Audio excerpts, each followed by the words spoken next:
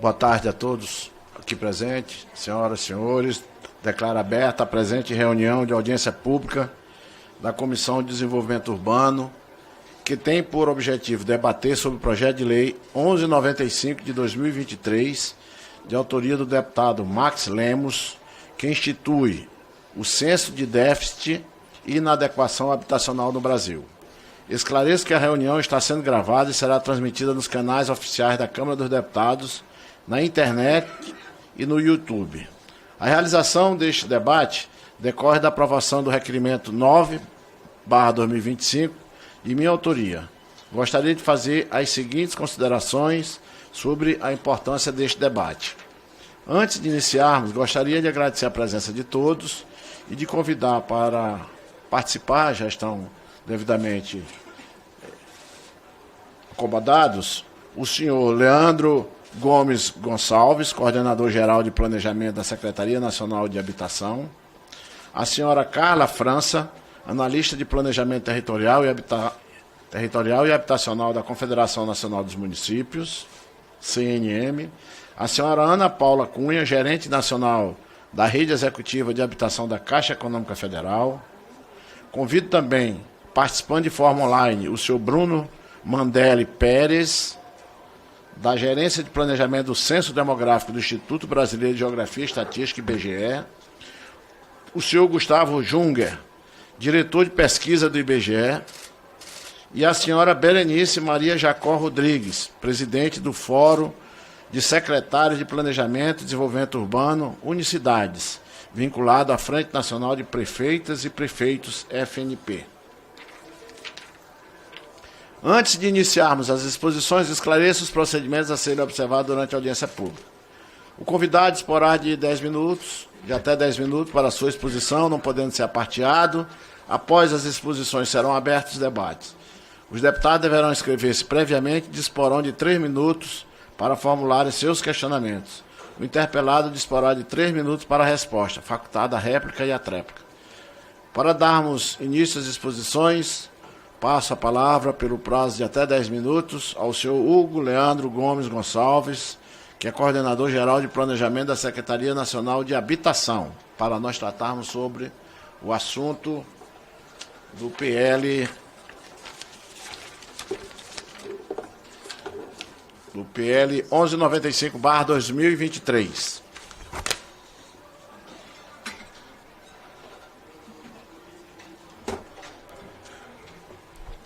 Boa tarde a todos, boa tarde a todas. Gostaria de saudar todos os deputados, deputadas, em especial aqui o deputado Hildo. O deputado Hildo foi foi secretário executivo lá do Ministério das Cidades, uma figura muito importante na reestruturação do Minha Casa Minha Vida, depois de vários anos. Eu vi lá, sou servidor da casa há muitos anos, e gostaria de cumprimentar, falar da minha alegria e satisfação de participar aqui do debate e nos oferecer para sempre contribuir aqui no debate sobre o déficit habitacional no país. Quando eu recebi essa... Eu sou o Hugo, né, sou coordenador-geral de planejamento lá da Secretaria Nacional de Habitação. Sou responsável pelos dados do programa e também pela área de acompanhamento do PPA, mensagem presidencial e outras coisas mais relativas ao planejamento do programa. E hoje eu estou representando aqui o secretário Augusto, que não pôde participar, está viajando. Ontem ele estava no Bota para Andar. É uma iniciativa para tentar retomar obras paralisadas que a gente recebeu no início de 2023. Então, assim, posso dizer que eu fico muito feliz aqui de poder contribuir com o debate. Sou servidor lá do Ministério das Cidades há quase 20 anos. Sempre trabalhando com habitação, então eu conheço muito todo esse mundo de de política pública no setor habitacional. O projeto de lei, ao nosso ver aqui, ele chega em boa hora, porque todas as políticas públicas lá principalmente da Secretaria Nacional de Habitação são pautadas nos estudos do déficit habitacional,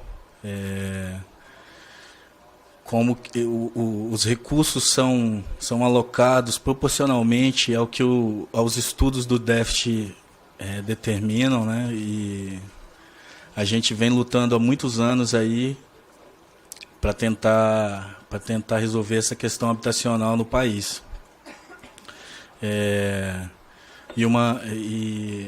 Então, sim, o projeto de lei a gente entende que é uma coisa muito importante instituir um censo do déficit habitacional do Brasil de 10 em 10 anos.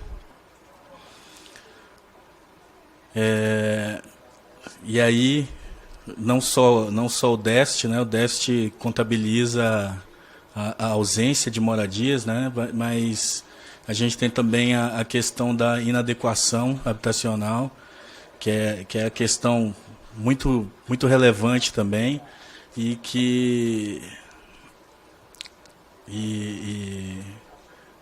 com certeza tem um peso muito grande na política de habitação no país, porque são o caso das famílias que moram em habitações precárias, habitações sem condição de habitabilidade.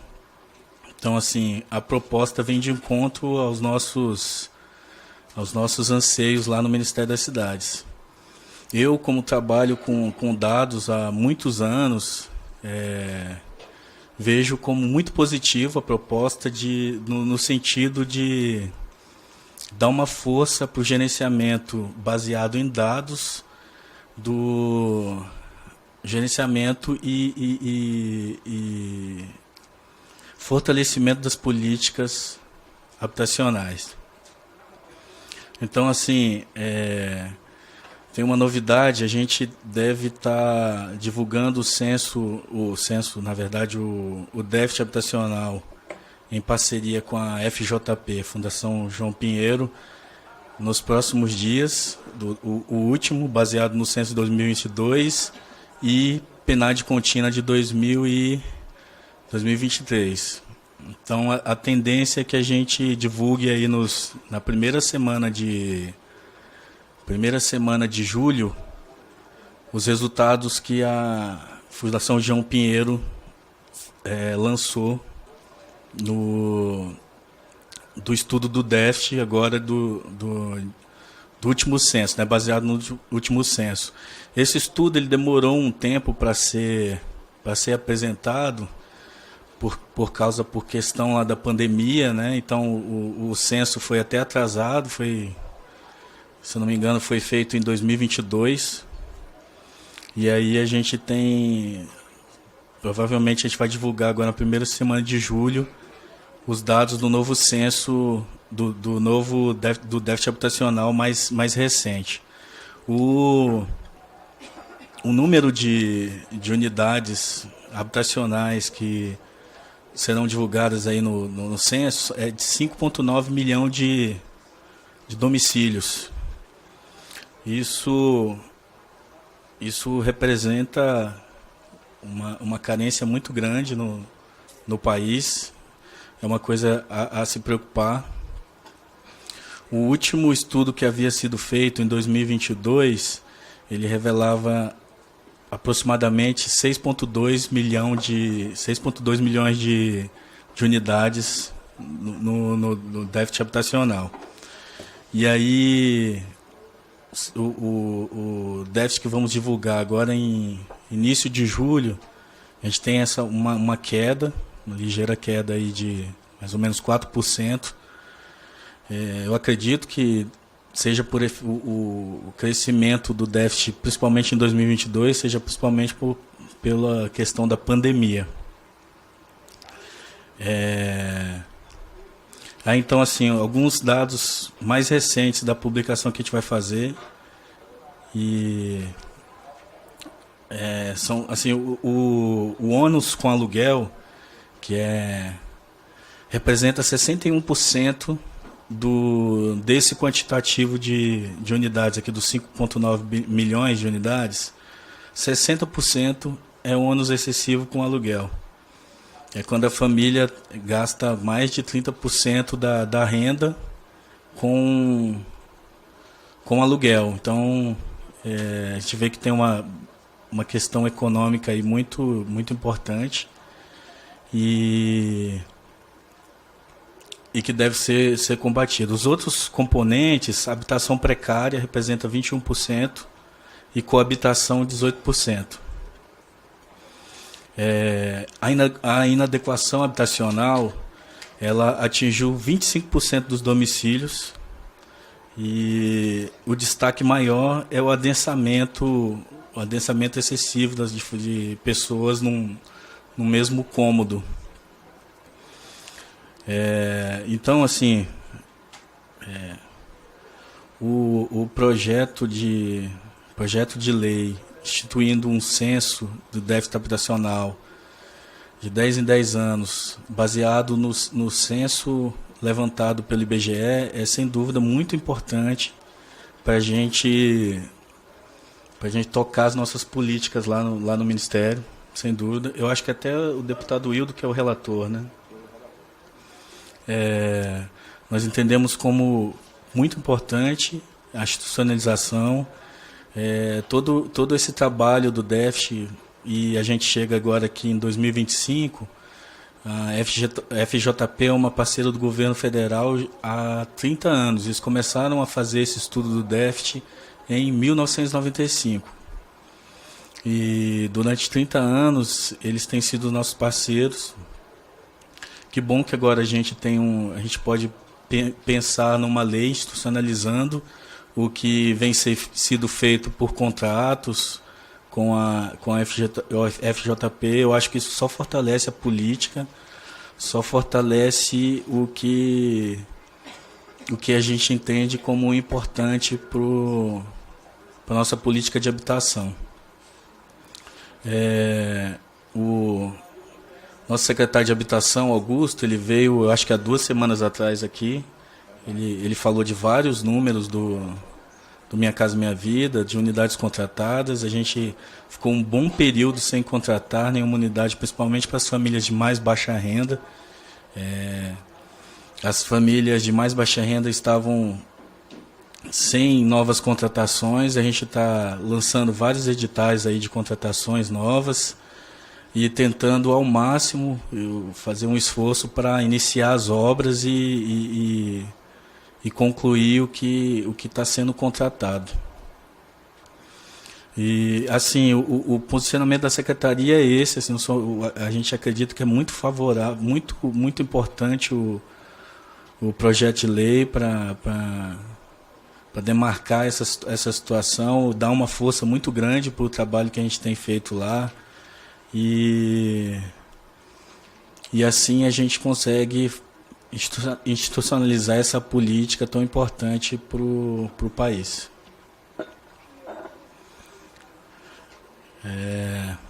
Eu acho que é isso, deputado. Muito obrigado aí pelo convite. Muito bom, Hugo. Obrigado. Muito bom, Hugo. Obrigado aí pela sua participação. Você trouxe aqui informações bastante relevantes, informações que, sem dúvida nenhuma, nos ajudará na aprovação ou talvez na construção de um substitutivo em relação a essa matéria. Ninguém melhor do que um representante do Ministério das Cidades para saber as dificuldades, saber fazer a leitura desse projeto de lei. Então, agradeço demais a sua presença aqui, foi de grande importância para todos nós aqui. Agora, dando sequência às oitivas, eu quero convidar para fazer uso da palavra a senhora Carla França, analista de Planejamento Territorial e Habitacional da Confederação Nacional dos Municípios, CNM.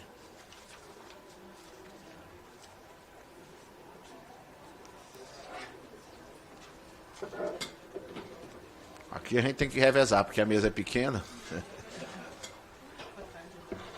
Boa tarde. Boa tarde, deputado. Boa tarde aos deputados e deputadas presentes, a quem também nos acompanha virtualmente e aos palestrantes que vão me anteceder e os posterior.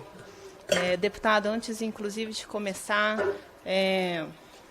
trazer a saudação do presidente Paulo Zukoski, que ontem estava aqui no Congresso defendendo o PEC 666, e da nossa equipe da assessoria parlamentar que estava em interlocução com o deputado. Importante registrar também que o deputado Hildo Rocha é um municipalista, de causas municipalistas importantes, e quando nós analisamos a iniciativa do projeto de lei, dentro de políticas habitacionais, uma das maiores demandas é sempre um aprimoramento de dados e dados mais qualificados para que a gente possa aprimorar políticas públicas. Sobretudo quando nós estamos falando de um universo de hoje 5.571 municípios, Distrito Federal e o recente município Boa Esperança, criado recentemente. Então, quando se pensa num censo, e, sobretudo, analisando a iniciativa de projeto de lei, ela é muito bem-vinda, sobretudo, reforçando aí as palavras do coordenador Hugo Gonçalves, do Leandro Hugo Gonçalves, sobre o censo. Do ponto de vista de uma entidade de representação de municípios, deputado, sempre pensamos nos recursos. Isso, deputado que é um municipalista, já imagina quando nós pensamos em recursos.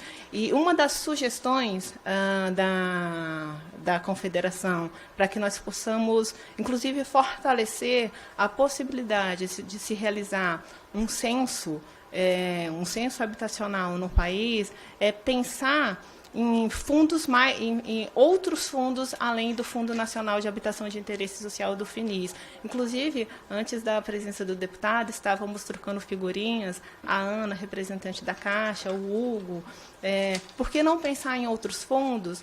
Uma das sugestões, por exemplo, recente, inclusive mais recente, a do petróleo, que está viabilizando aí a nova faixa do Minha Casa Minha Vida, que o Leandro comentou. Isso seria uma das sugestões de pensar em outras fontes de recursos para que nós possamos viabilizar um censo. Isso é importante na medida que, ao longo das discussões, o próprio censo do IBGE, vários institutos também tentaram colocar variáveis habitacionais naquele momento. Não foi possível, que qualquer nova variável dentro do censo significa preço, né? Ou seja, encarece muitas vezes. Então, isso é uma sugestão de se pensar novas fontes orçamentárias, sobretudo no dispositivo, para fortalecer. Um outro dispositivo, deputado, que ele é muito bem-vindo quando se coloca uma série de variáveis para se pensar, sobretudo, a inadequação habitacional. E aí, sobretudo, quando nós estamos falando de um universo de municípios que nós possuímos, e que parte desses municípios, sobretudo quando nós vamos formular políticas de regularização fundiária abaixo de 50 mil, aí eu estou falando mais de 80% dos municípios, nós quase não conhecemos profundamente quais são esses desafios para viabilizar a regularização fundiária.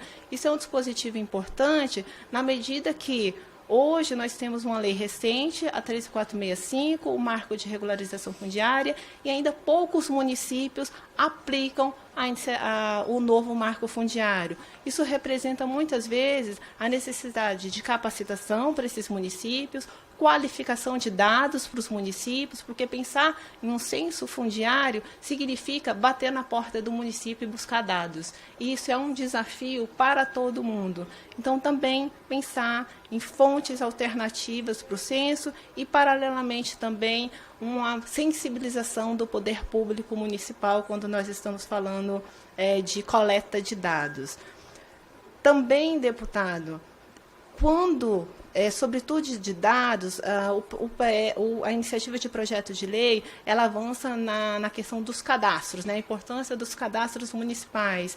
Na interlocução com os meus colegas aqui, Em certa medida, nós podemos pensar no aprimoramento, porque nós estamos aí enfrentando a regulamentação da reforma tributária. E um dos dispositivos da regulamentação da reforma tributária são as bases cadastrais. E uma dessas bases são as bases cadastrais imobiliárias, vinculadas ali, sobretudo, ao Sinter, que justamente dentro, no âmbito da lei complementar da reforma tributária, há dispositivos financeiros para viabilizar o aprimoramento de bases cadastrais territoriais municipais. Então, pensar numa interlocução entre a iniciativa do projeto de lei e como que ele pode ali, ao mesmo tempo, fomentar o bebê na fonte ali da legislação complementar da reforma tributária. Isso, inclusive, pode ser uma das formas de se pensar em modelagens financeiras.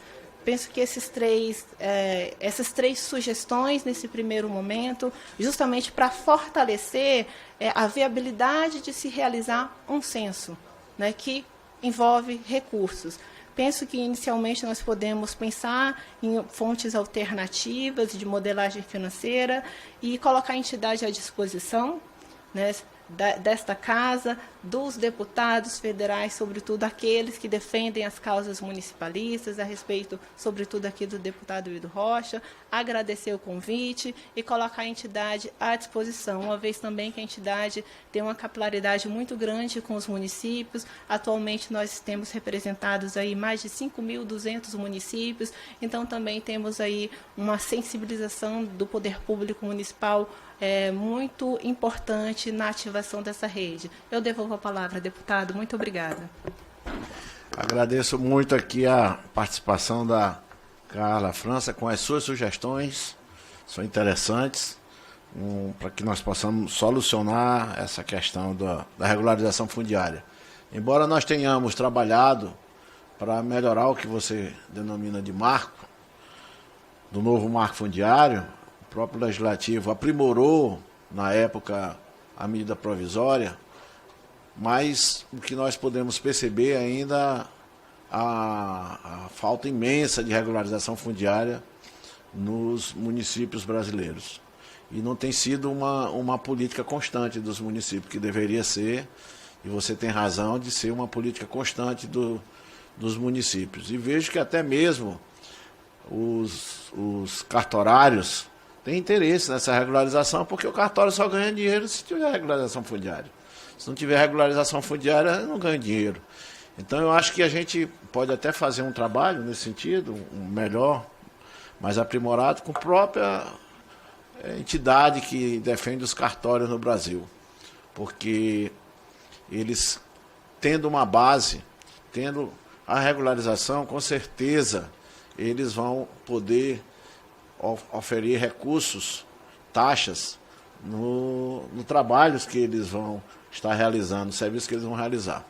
Então, se não vai ficar só contrato de gaveta, a maioria ali é tudo, você realmente tem razão. Até mesmo dentro do programa Minha Casa Minha Vida, até eu vou ter a oportunidade de ver aqui com o IBGE, se não teria condições de fornecer aí as informações dos atuais ocupantes dos imóveis, tendo em vista que dá para fazer o cruzamento dos atuais, a meu ver, os atuais ocupantes dos imóveis do Minha Casa Minha Vida, com o cadastro da Caixa Econômica dos beneficiários, para que a gente possa saber o quanto tem de contrato de gaveta por aí. Isso aí também implica em falta de uma segurança jurídica maior. E isso fortalece as ações da criminalidade, fortalece a ação das milícias, que pega essas fragilidades existentes e conseguem usar o poder que seria do Estado para dominar essas famílias em vários conjuntos habitacionais. As informações que chegam a nós é essa. Portanto, lhe agradeço muito, dona Carla, pela sua presença aqui. E, dando continuidade, eu quero convidar agora para fazer uso da palavra a senhora Ana Paula Cunha, gerente nacional da Rede Executiva de Habitação da Caixa Econômica Federal.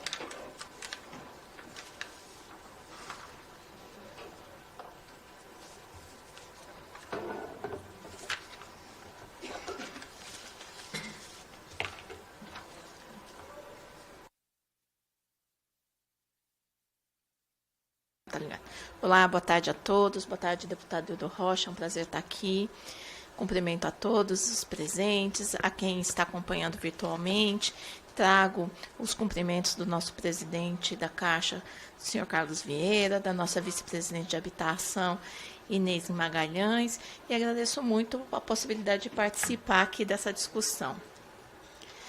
É com uma responsabilidade e compromisso com a política habitacional que a Caixa agradece o convite para participar dessa audiência pública para tratar do projeto de lei 1195 de 2023, que institui o censo de déficit e a inadequação habitacional no Brasil. A Caixa, como banco público responsável por aproximadamente 68% do crédito imobiliário do país, principal agente financeiro do programa Minha Casa Minha Vida e presente na quase totalidade dos municípios brasileiros, acredita que pode colaborar com essa discussão. A proposta, de autoria do deputado Max Lemos, representa uma iniciativa louvável, pois parte de uma premissa que é cada vez mais reconhecida como boa prática de gestão, que é a tomada de decisões baseada em dados e evidências. Conhecer de forma sistemática o território, mapear o déficit habitacional, qualificar as situações de inadequação e identificar as populações mais vulneráveis são ações fundamentais para garantir políticas públicas mais eficazes, mais justas e mais transparentes. Entretanto, é preciso reconhecer que, apesar de bem intencionada, a proposta enfrenta desafios significativos na sua implantação. O primeiro desafio é o tamanho e a abrangência da ação.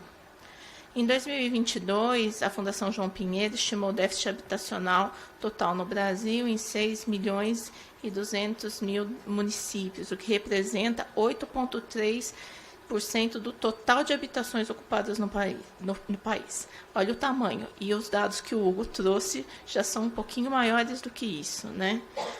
Desse total do déficit, cerca de 52% representam o ônus excessivo do aluguel, com famílias que comprometem mais de 30% da sua renda com moradia, que é um indicador relacionado fortemente com a renda, então difícil também de ser apurado.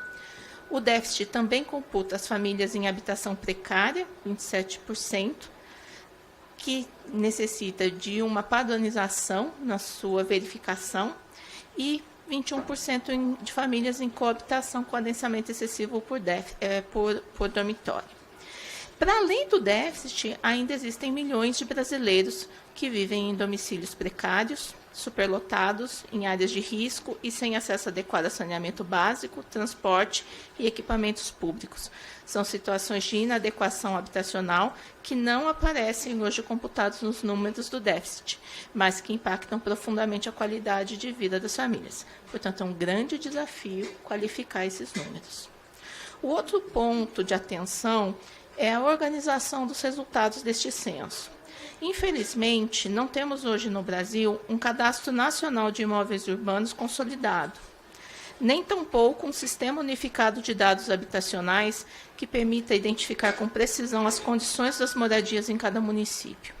A ausência de um repositório único, público e atualizado, acessível a todas as esferas de governo e a sociedade civil, fragiliza o planejamento e compromete o monitoramento das ações. Outro aspecto a considerar é referente aos custos.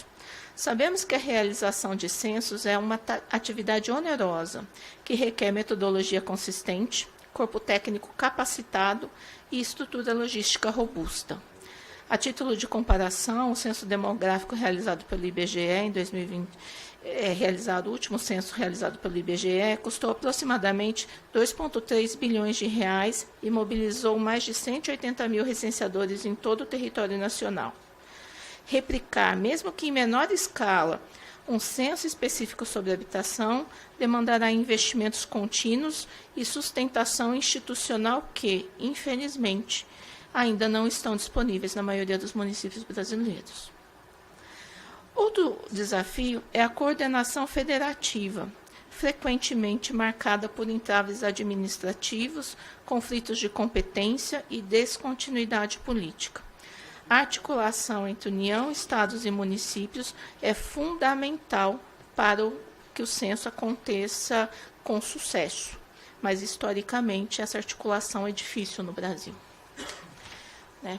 Por fim, é importante reconhecer que o projeto acerta ao prever a participação da sociedade civil e a integração com políticas de regularização fundiária, assistência técnica e planejamento urbano.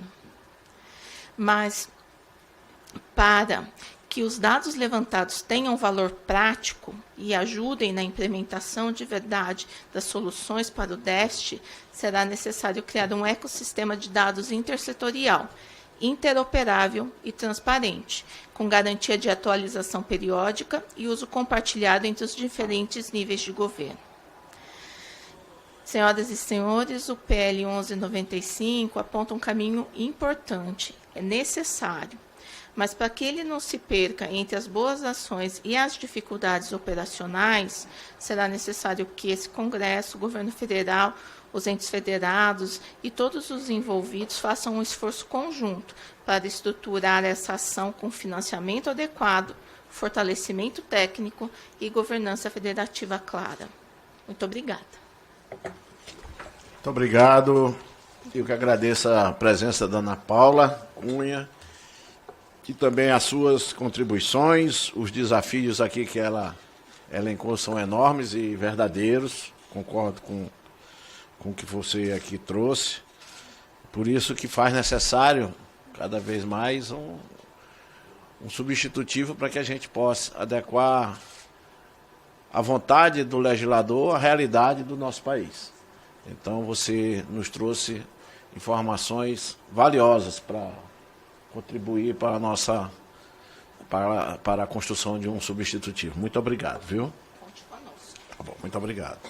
Convidar aqui agora, vai fazer parte aqui de forma online, o senhor Bruno Mandelli Pérez, que é o gerente da Gerência de Planejamento do Censo Demográfico do IBGE.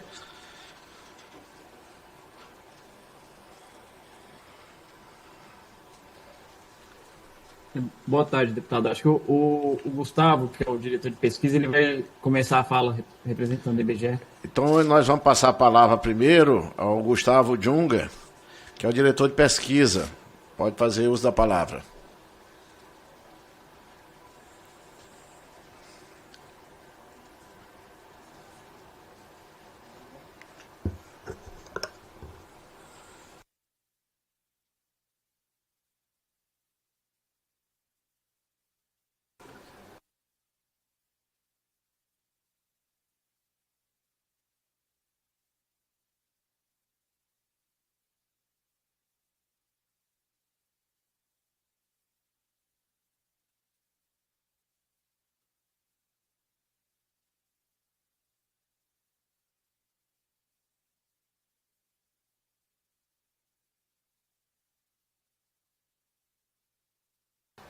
Ok, agora conseguiu linkar com o Gustavo Junger. Seja bem-vindo, ambos, tanto o Bruno Mandelli como o Gustavo Junger, ambos do IBGE. Sejam bem-vindos.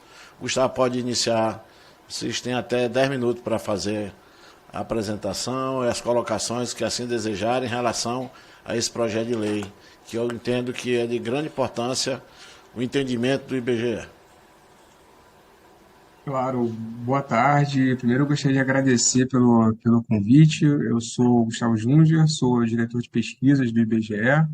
Tenho aqui comigo hoje o Bruno Pérez, ele é o nosso gerente de planejamento do Censo Demográfico, acho que é absolutamente pertinente para essa discussão, e além disso, o nosso especialista no tema habitação, né?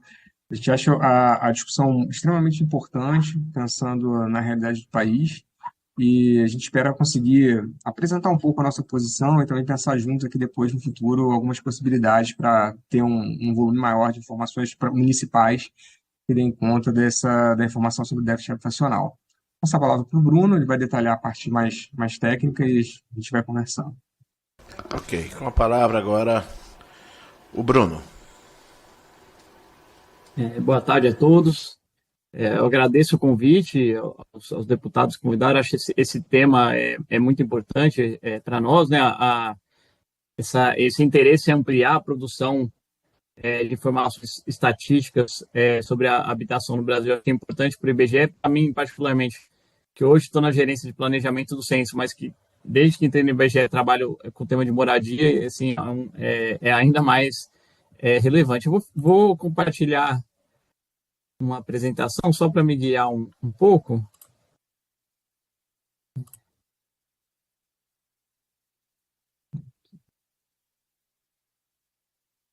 Então, só para repassar um pouco, a gente tem hoje, produzido pelo IBGE, duas grandes fontes de informação sobre habitação no Brasil. A primeira delas é o censo demográfico, né? Que apesar de chamar demográfico, na própria lei que estabelece essa obrigatoriedade, ele está lá colocado que é de população e domicílios. Então, ele já é um censo habitacional, né? E a PNAD contínua, que é uma pesquisa amostral de realização anual.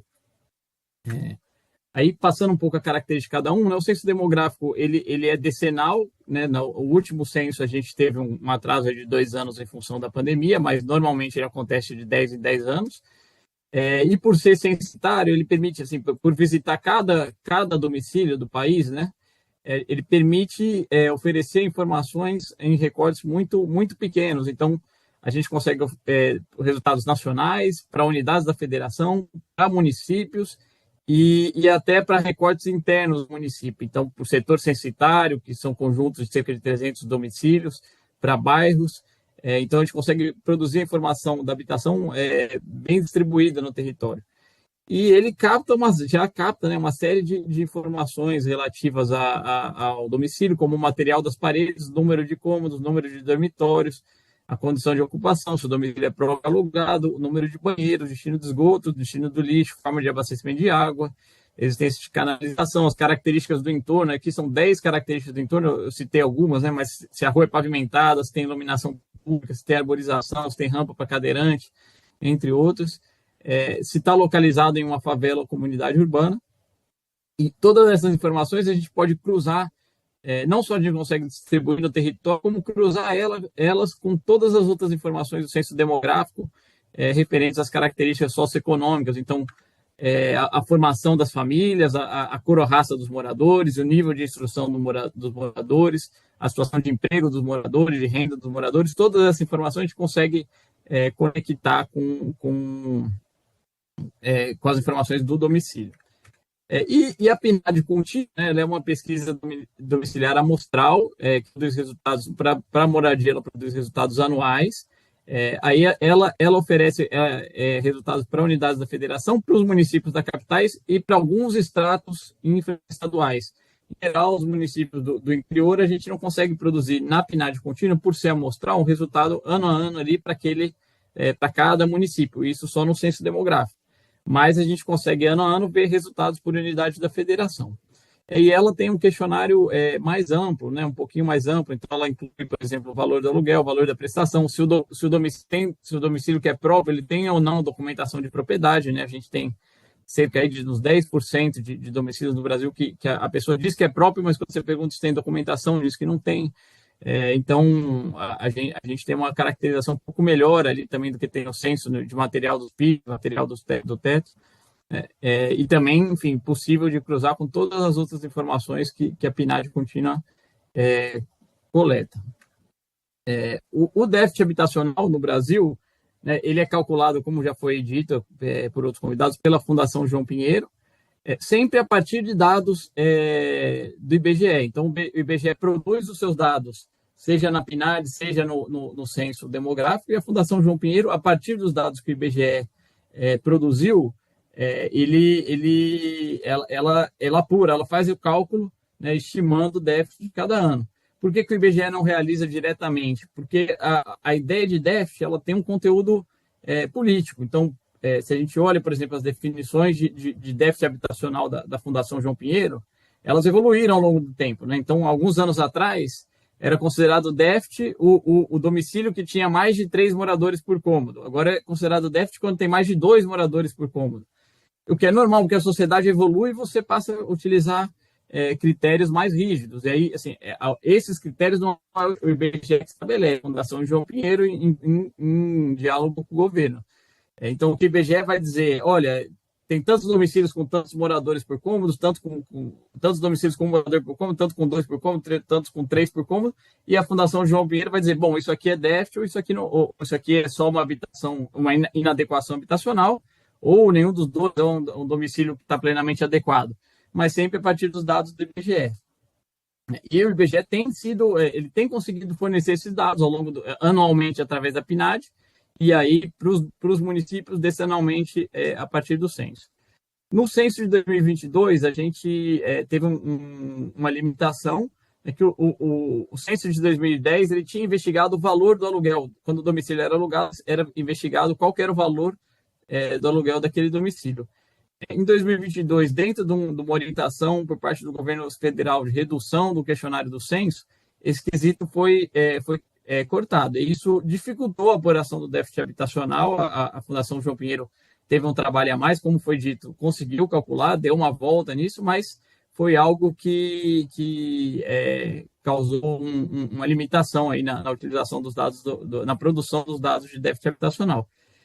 A gente, no IBGE, considera que foi negativa essa retirada desse quesito em 2022, né, e a nossa pretensão nesse momento é de reinseri-lo no censo de 2030. Claro que a própria construção do questionário do censo é feito em conjunto, num processo de diálogo com a sociedade, em consultas públicas, mas a nossa disposição no momento vai nesse sentido. Aí aqui, eu coloquei aqui só alguns exemplos de dados que a gente já ofertou do Censo Demográfico, né, 2022. Então, se o domicílio é de casa de vila, apartamento ou outros tipos. Aqui a forma de distribuição de água, sempre a distribuição. Aqui são sempre resultados nacionais, mas a gente tem esses resultados por município, como eu disse, até por bairros.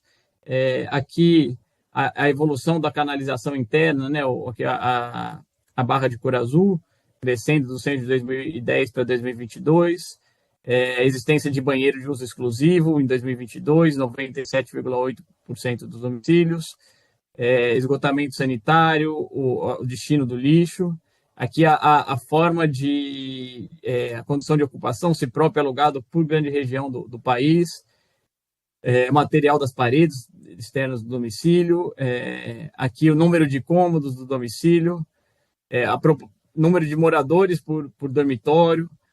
Aqui só um exemplo de dado municipal, né? Aqui a ocorrência de domicílios alugados. Então, os municípios que estão em cor vermelha mais escura é onde tem maior ocorrência de domicílio alugado. São só exemplos, né, dos dados que o IBGE já publica, né? Publica no censo a cada 10 anos e publica anualmente através da PNAD contínua. Então, a apresentação seria isso, mas, assim, como conclusão, eu acho que eu queria colocar assim, que o IBGE, assim, a gente, seja no censo demográfico, seja na PNAD contínua, a gente já tem uma produção robusta sobre as condições de moradia no Brasil, e não entende como necessária uma nova operação censitária que levante essas informações. Se a gente já visita todos os domicílios do Brasil para levantar informações dos moradores, a gente não precisa de uma nova operação que levante informações sobre os domicílios. Pode ser a mesma operação como já é, né? E se tem limitações, essas operações que a gente tem hoje que precisam ser fortalecidas, talvez acrescentando novos quesitos, talvez ampliando a sua qualidade, talvez sendo fortalecidas do ponto de vista do orçamento. Então, a gente acredita que o caminho vai mais no sentido de fortalecer as operações estatísticas que já existem, do que na criação de uma nova operação estatística em separado, que teria sobreposições com as pesquisas que já existem. Tá certo? É isso. Obrigado. Eu gostaria de perguntar para o senhor Gustavo Junger se ele ainda tem alguma colocação a fazer.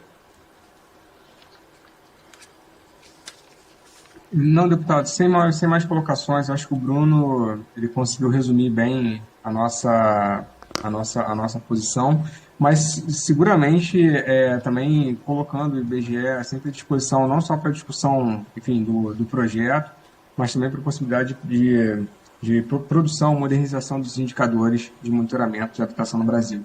Tá bom? Muito obrigado pela participação do Bruno Mandelli Pérez e também do Gustavo Junger, ambos do IBGE, nessa audiência pública. Foi muito boa a participação de vocês. Mostra que não há necessidade de ter um outro censo, porque o próprio censo decenal já produz, e também o PNAD contínuo também já consegue captar vários dados desses. O que nós podemos talvez aprimorar mais em relação à coleta de informações, ou talvez complementar as informações. Mas as informações que o IBGE tem, eu vejo que são suficientes para que o próprio Ministério das Cidades possam realizar um planejamento para saber onde há as inadequações. Porque inadequação não tem água, não tem energia, não tem esgoto, já é uma inadequação. Então, o que ficou realmente faltando aí para completar foi a questão do valor do aluguel, para saber se ultrapassa os 30%, que aí é considerado déficit habitacional. Então, muito obrigado pela participação dos senhores aqui junto conosco.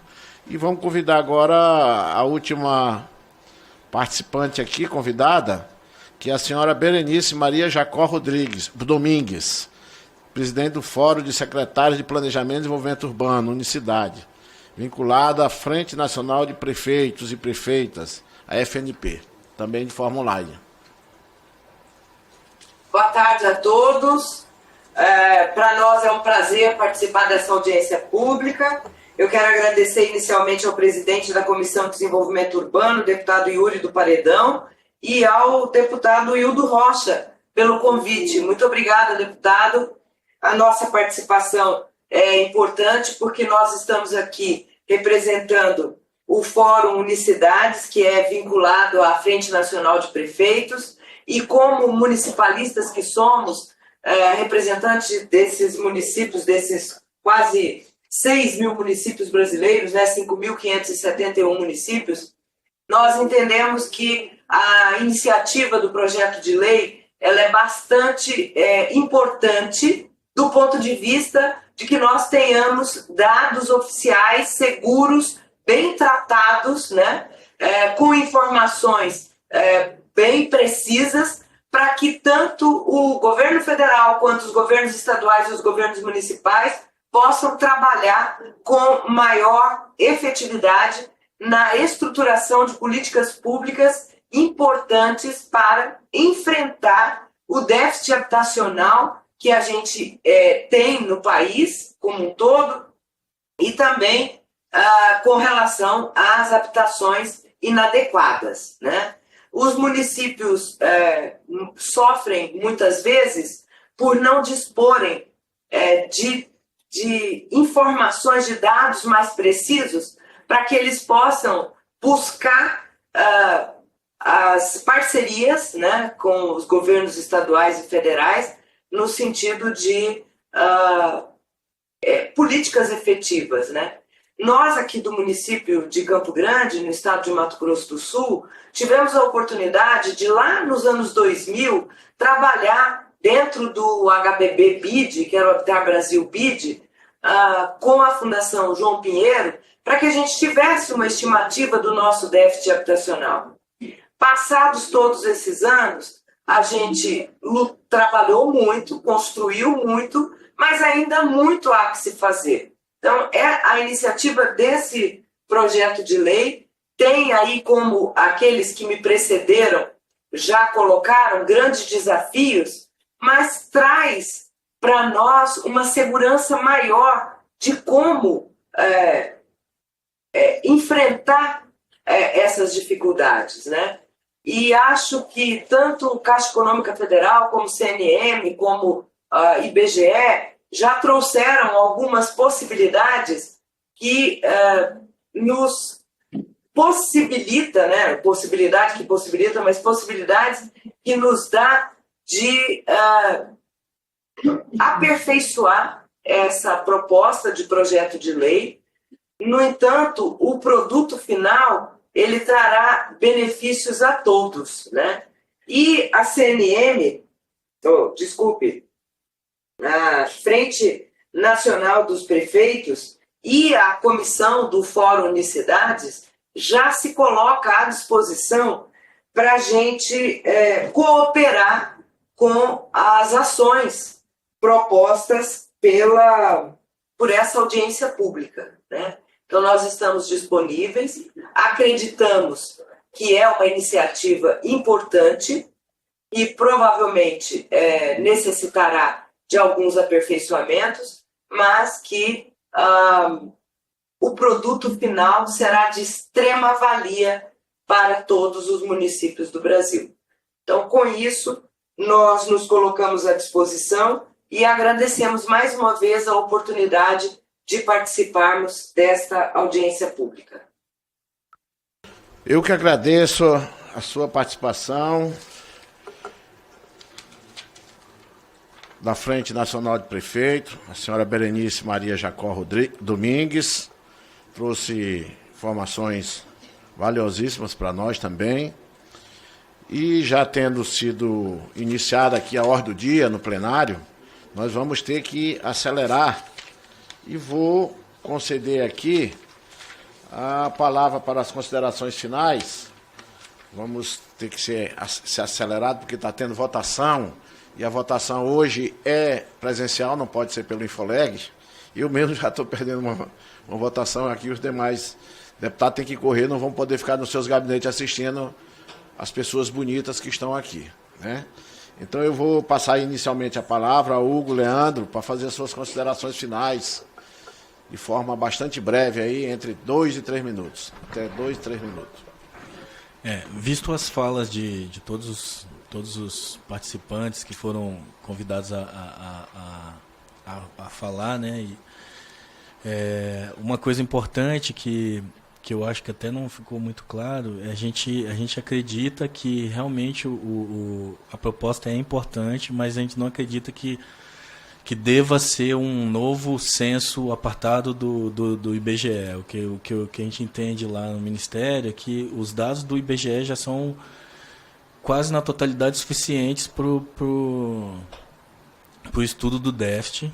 E essa é uma definição importante. Eu não sei se isso na lei pode ficar melhor explicado, porque o IBGE já faz todo um trabalho de coleta no censo e isso pode ser muito bem aproveitado.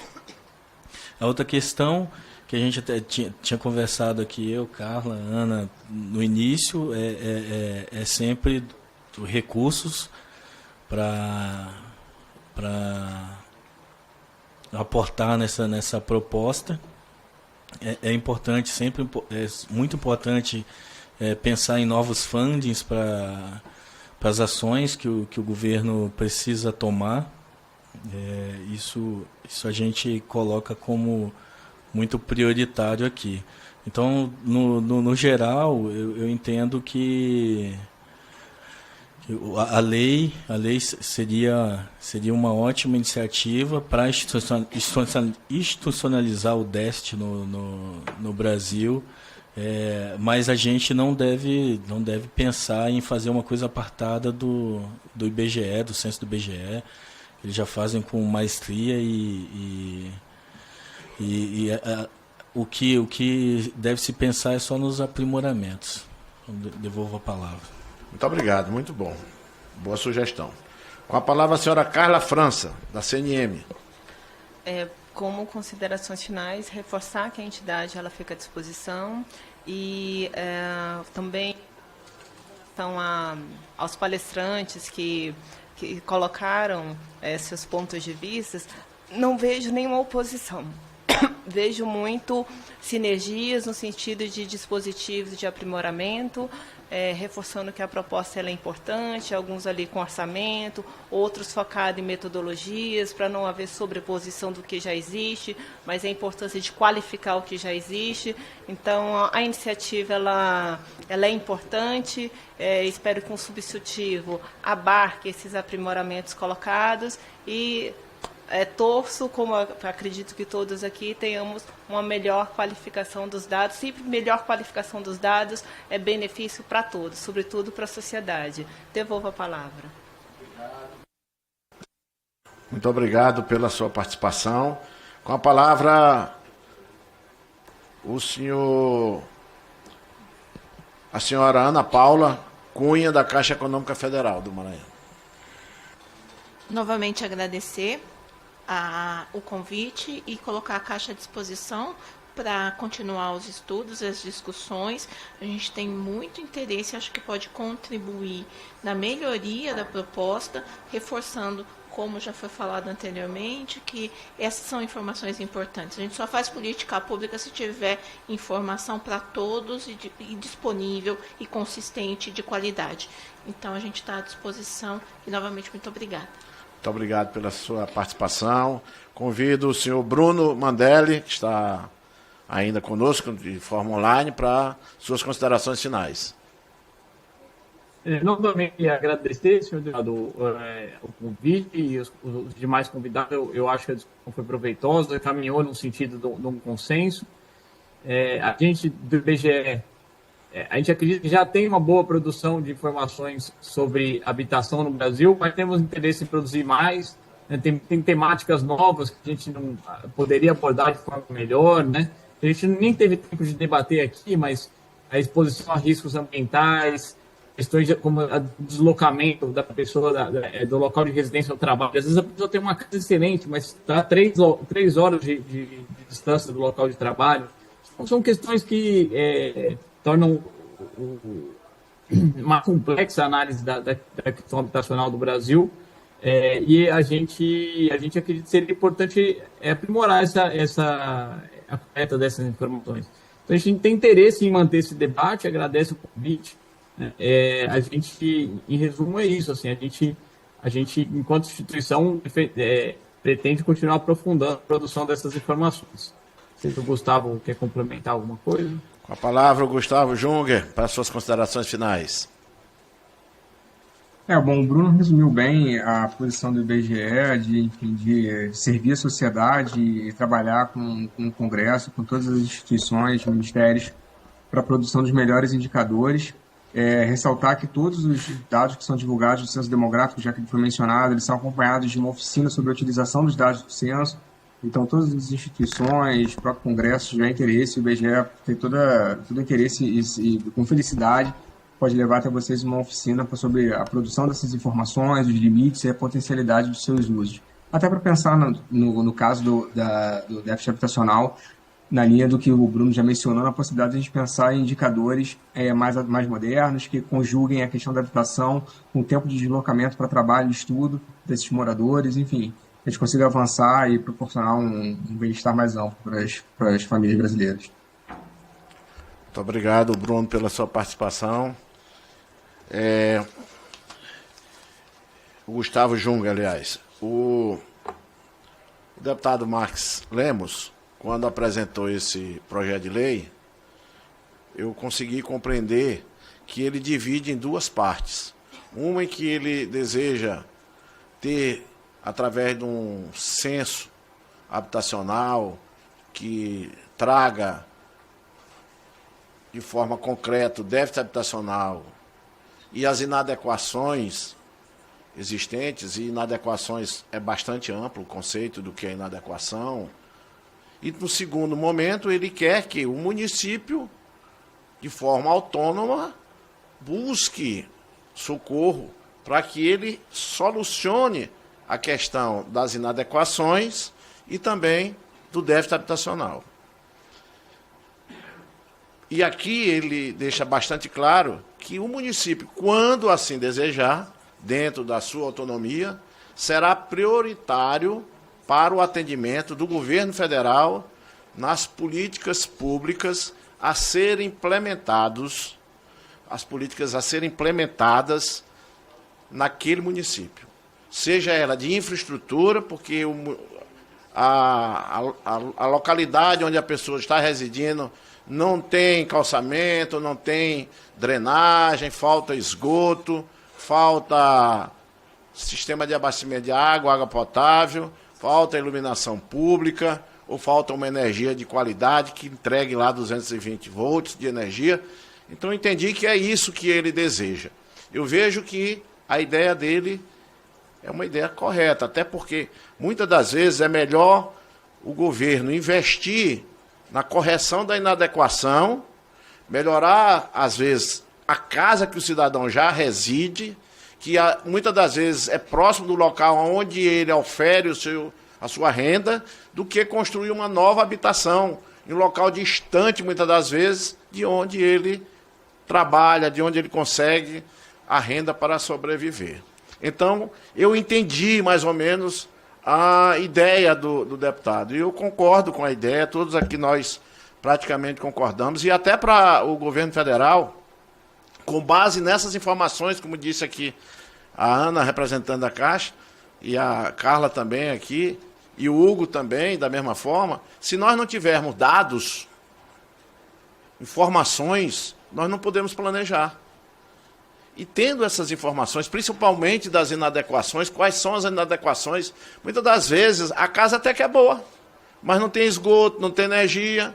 E aí a pessoa, não, déficit habitacional. Mas fazer a casa para essa pessoa? Não precisa, às vezes ele mora até num local bom. Então tem que corrigir aquilo que causa inadequação. Então eu entendo que a ideia é boa, nós vamos ter que preparar, sem dúvida nenhuma, um substitutivo para que a gente possa atender realmente a necessidade da população brasileira. Essa necessidade tem que ser apontada pelo IBGE. O IBGE faz um trabalho fantástico, faz um trabalho que é confiável. Eu confio no trabalho que o IBGE realiza, o censo que o IBGE realiza.